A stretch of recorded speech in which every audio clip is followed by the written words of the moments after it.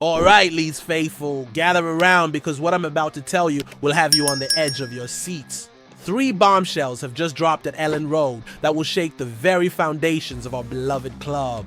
We're talking about moves that could make or break our entire Premier League campaign.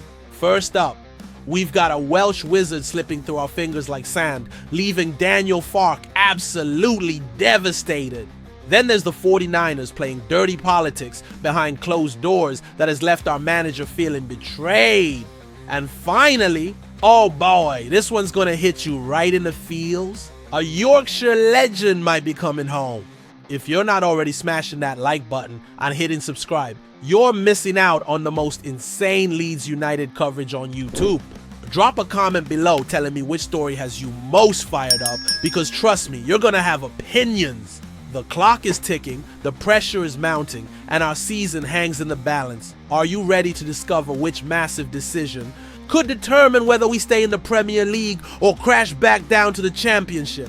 Let's dive into this absolute madness. Right then, Whites, remember that Welsh magician I mentioned? It's Harry Wilson, and Leeds United just suffered the most painful transfer heartbreak of the entire summer window.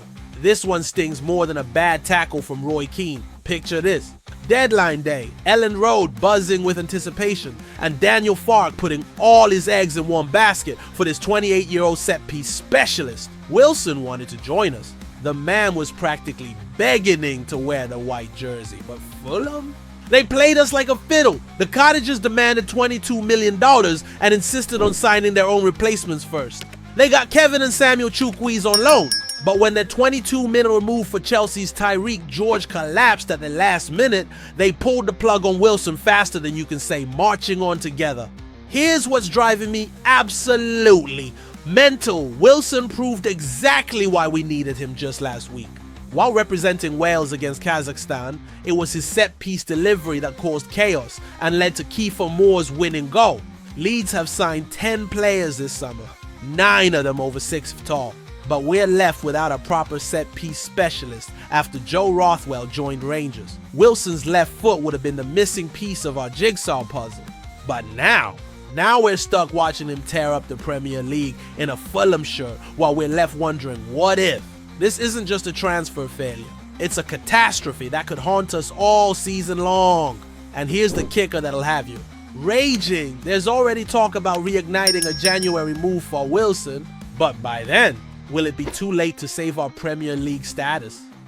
But wait, Leeds faithful, because the Wilson disaster is just the tip of the iceberg. What happened behind closed doors will make your blood boil with anger. Our own owners, the 49ers, have left Daniel Farke feeling more betrayed than Julius. Caesar, let me paint you the devastating picture. Farke went on record, saying he wanted 1 or 2 more attacking additions. The German gaffer had done his homework, identified his targets, and trusted the 49ers to back him.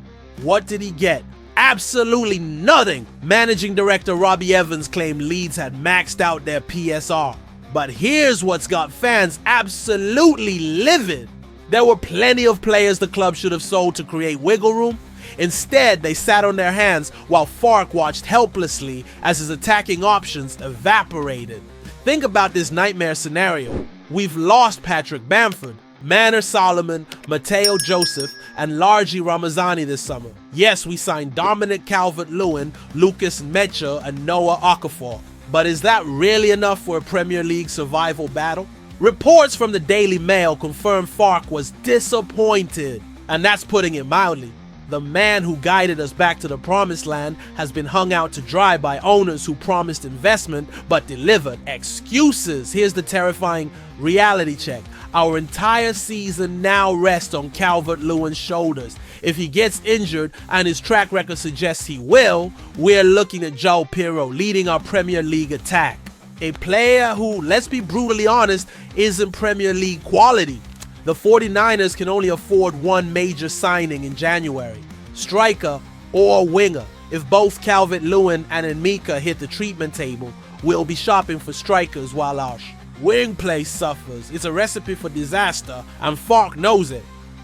And now, Whites, for the story that'll have you reaching for the tissues, the potential homecoming of our very own Calvin Phillips.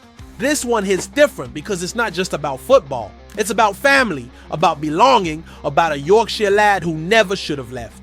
Phillips is rotting on the bench at Manchester City. Pep Guardiola has made it crystal clear. He's not wanted, not needed, and not even making matchday squads.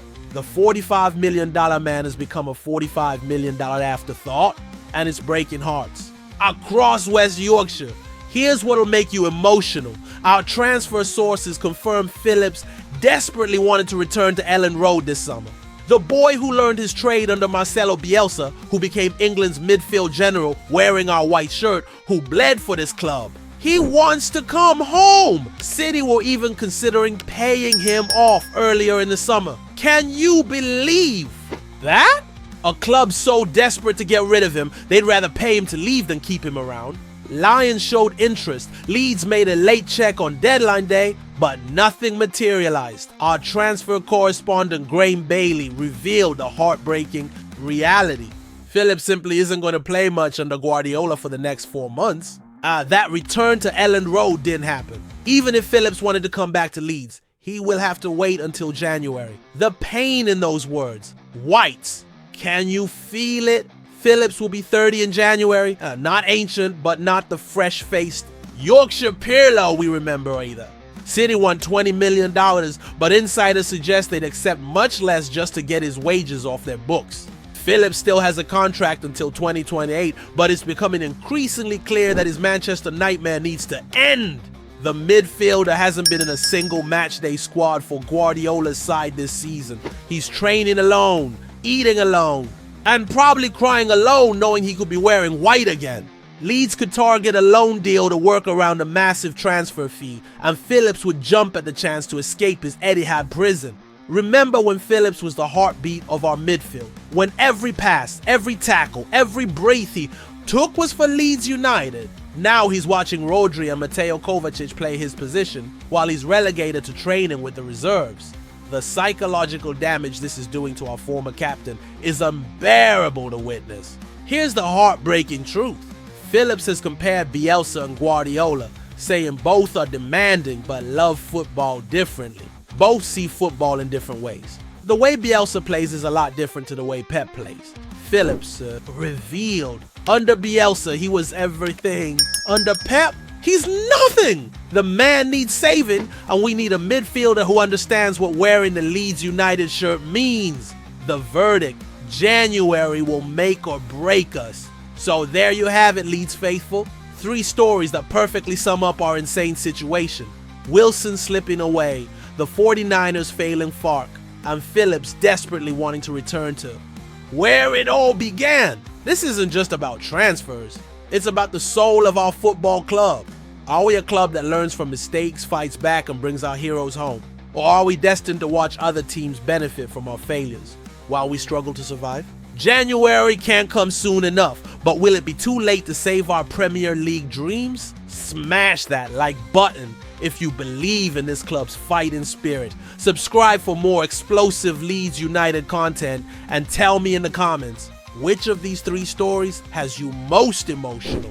One thing's for certain, Whites. This season is going to be one hell of a ride. Are you ready for the battle of our lives? Because ready or not, here we come, marching on together